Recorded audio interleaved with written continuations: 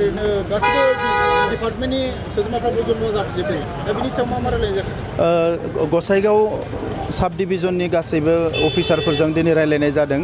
बे ओनसोलाव गोबां जौगालु हाबाफारिफ्रा मोजाङै गोबां बोसोरनिफ्राय जाबोआखै। अफिसारफ्रा नांगौ बायदि बिसोरनियाव डाटा गैया, इनफरमेसन गैया, नांगौ बायदि बिथांमोना डिउटि खालामा।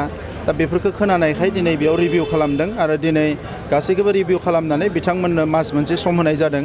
बे मास मोनसेनि गेजेराव बिथांमोना गासैखौबो कारेक्सन खालामनांगौ आरो रायजो राजाफोरखौ बयबो अफिसाव फैनो हानाय बेबस्थाखौ खालामनांगौ। मानोना अफिसा ठिकादारफोरनिल' नङा, बे रायजो राजानि।